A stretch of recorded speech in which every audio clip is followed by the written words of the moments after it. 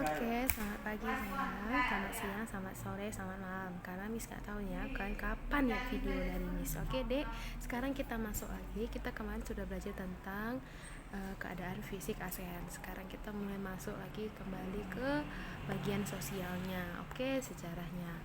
Nah, mari kita lihat. Di sini ada nanti semboyan ASEAN. Kalian sudah tahu kan tujuan dari ASEAN adalah perdamaian, keseimbangan negara, sudah keekonomian, perdagangannya bagus, ya kan? Kerjasama yang baik, menghindari yang adanya pertikaian seperti itu. Jadi semboyan ASEAN itu mereka memiliki satu visi, oke, good. Kemudian satu identitas, kemudian satu komunitas.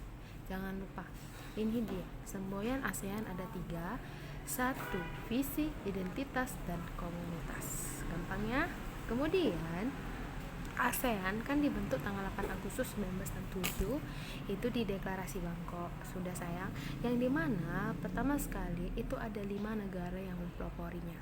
Oke, dimana 5 negara ini mengirimkan mendagrinya, menteri dalam negerinya untuk mengikuti deklarasi Bangkok tersebut. Oke sayang, dimana dari Indonesia ada Adam Malik. Adam Malik ini, bapak ini adalah marga batubara. Oke, dia berasal dari Sumatera Utara dan pernah menjadi wakil presiden yang ketiga. Oke, kemudian Filipina itu ada dia Narcisco Ramos. Sedangkan dari Malaysia Abdul Razak.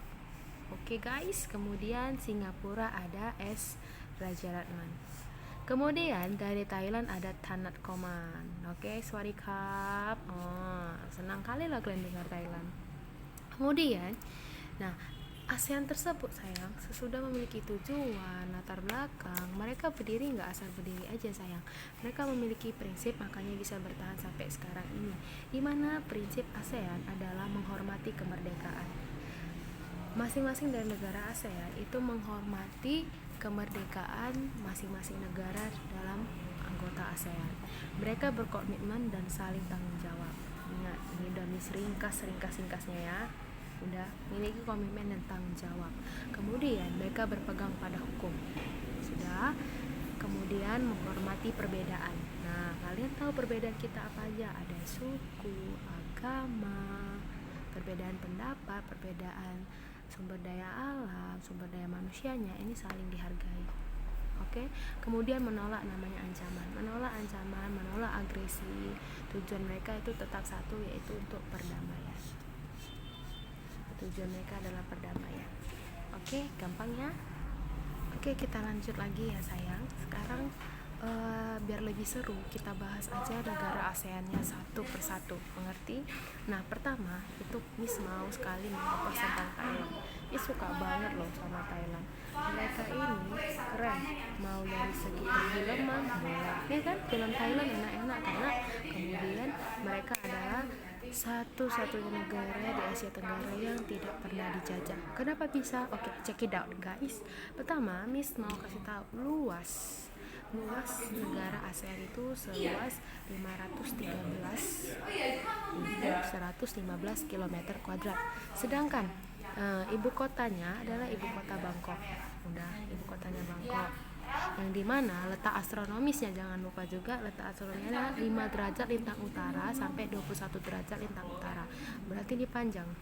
Ya, dari 5 derajat sampai 21 derajat. Makanya kita tahu bentuk Thailand itu dia panjang. Kemudian sayang, 97 bujur timur sampai dengan 106 derajat bujur timur. Ya, letak Thailand masih di timur. Oke, kemudian bahasa utamanya adalah bahasa Thai. Thai ya, Thai bukan disensor. Oke. Thai, Lao dan China. Buyo. Oke. Kemudian agama utama mereka adalah Buddha. Ada sih agama yang lain, tetapi didominasi oleh agama Buddha. Good. Kemudian mata uang mereka baht. Oke. Ekspor utamanya adalah alat elektronik. Untuk Asia Tenggara, Thailand juga bagus di bagian bidang elektronik. Seafood, ya mereka juga memiliki laut dan ikan yang banyak. Beras, sampai dulu Thailand pernah menjadi swasembada beras di dunia. Plastik, kemudian ada pakaian juga. Good. Kemudian pemerintahannya Ini mau jelaskan sedikit.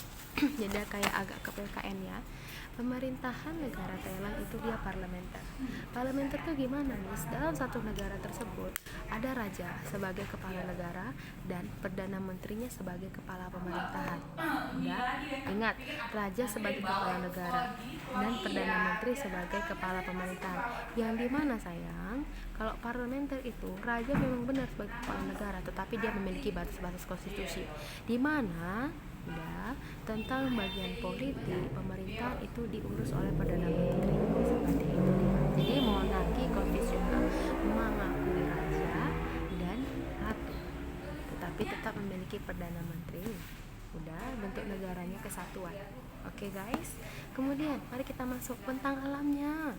Bentang alamnya, perhatikan, dilintasi oleh serangkaian pegunungan.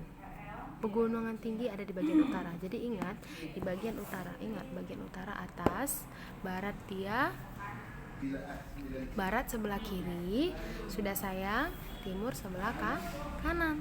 Oke, jangan lupa itu ya. Selatan mana, Miss? Bawah. Oke, jangan lupa. Nah, yang bagian utara Thailand, sudah sayang, ini nih, Miss kasih gambarnya aja. Oke, nah, keren kan? Nah, Miss punya semua bukunya. Oke, di bagian utara Thailand, ya ini yang agak putih, sudah, ya itu dia pegunungan tinggi. Oke, bagian utara. Sedangkan Plato Korat itu ada di bagian timur. Plato Korat bagian timur. Nah, disinilah dia sayang, Plato Korat ini, inilah yang merupakan daerah bagian yang termiskin. Kenapa termiskin? Iya, Plato Korat itu, atau bisa dikatakan Plato adalah dataran tinggi yang mengelilingi. Sudah dataran tinggi tersebut lah sayang, tandus dia bersifatnya. Oke, dialah yang mengelilingi Thailand, sehingga gara-gara Thailand dikelilingi, jadi penjajah mengira gak ada lagi wilayah di bagian situ. Kalau mereka masuk dari jalur laut terlalu jauh, mereka mutar, ya kan? Ini mereka kira tidak ada negara, makanya mereka tidak datang ke Thailand, tak jadi mereka dijajah. Seperti itu dia. Oke, kemudian bagian dataran tengah. Nah, tengah inilah dia sayang yang subur.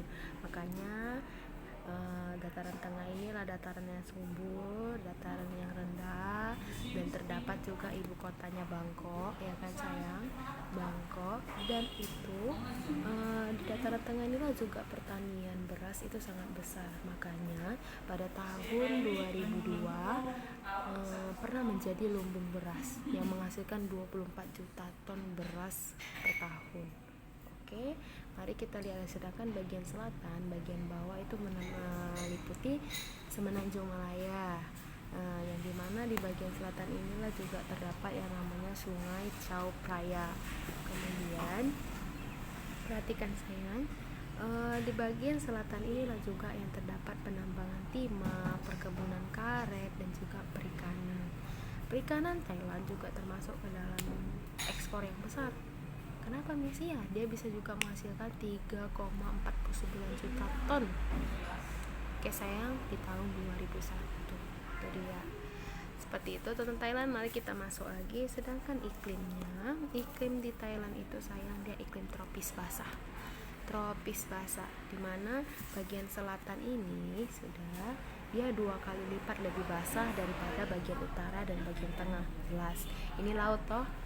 Laut mengalami yang namanya penguapan lebih besar, ya kan? Penguapan lebih besar, hujannya jadi awan, ya kan? Awannya jadi awan, penguapan baru jadi hujan. Kemudian ingat, bagian Thailand yang bagian selatan itu dia lebih dekat, Malaysia baru Indonesia. Nah, dia pas dekat dengan Khatulistiwa, makanya dia lebih panas dan penguapan lebih naik ke atas. Seperti itu dia. Gampangnya. Oke, sedangkan puncak tertinggi yang ada di Thailand itu adalah Gunung Doi Itanon. Tingginya itu sekitar 2.595 meter. Musim hujan itu terjadi April sampai Oktober, sudah sayang. Sedangkan musim kemaraunya November ke Maret. Jangan lupa. Itu dia.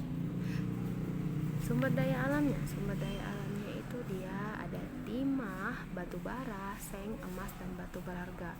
Minyak bumi mereka sedikit sehingga mereka lebih banyak memanfaatkan dan menggas alam. 28% lahan ditutupi oleh hutan. Itu dia terdapat di bagian utara hutan. Karena jelas utara dataran tinggi sehingga itu lebih banyak hutan. Oke sayang. Kemudian faunanya itu ada gajah, macan tutul, harimau, buaya, dan 50 spesies ular. Makanya Thailand itu terkenal dengan ular dan juga terkenal dengan gajah. Karena senang disebut dia sebagai negeri gajah. Floranya itu di hutan payau, sabana. Sabana ini terdapat pada plato Koratnya, bagian utara, bagian timur. Oke sayang. Kemudian rotan, ebony, bakau, mangrove. Oke, gampang nih. Oke, good.